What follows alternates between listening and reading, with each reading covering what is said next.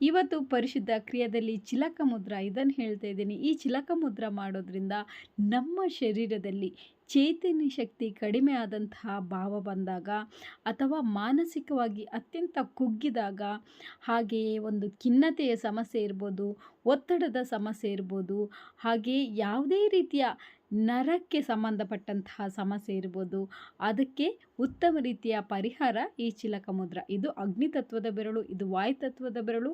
ಇದು ಎರಡನ್ನು ಈ ರೀತಿಯಾಗಿ ಲಾಕ್ ಮಾಡಿಕೊಂಡು, ಅದರ ನಂತರ ಇದು ಆಕಾಶ ತತ್ವ, ಪೃಥ್ವಿ ತತ್ವ, ಹಾಗೆ ಜಲತತ್ವ. ಇದನ್ನು ಈ ರೀತಿಯಾಗಿ ಹಿಡ್ಕೋಬೇಕು, ಜೋಡಿಸಬೇಕು. ಈ ರೀತಿ ಮಾಡೋದ್ರಿಂದ ನಿಮಗೆ ಶಾರೀರಿಕವಾಗಿ ಮಾನಸಿಕವಾಗಿ ಉತ್ತಮ ಚೈತನ್ಯ ಆದಂತಹ ಅನುಭವ ಆಗುತ್ತೆ. ಕಡಿಮೆ ಅಂದರೂ ಇದರ ನಿಮಗೆ ಲಾಭ ಪಡಿಬೇಕು ಅಂತಂದರೆ 20 ನಿಮಿಷ ಆದರೂ ಮಾಡಬೇಕು. ಅದಕ್ಕಿಂತ ಕಡಿಮೆ ಅಂದರೆ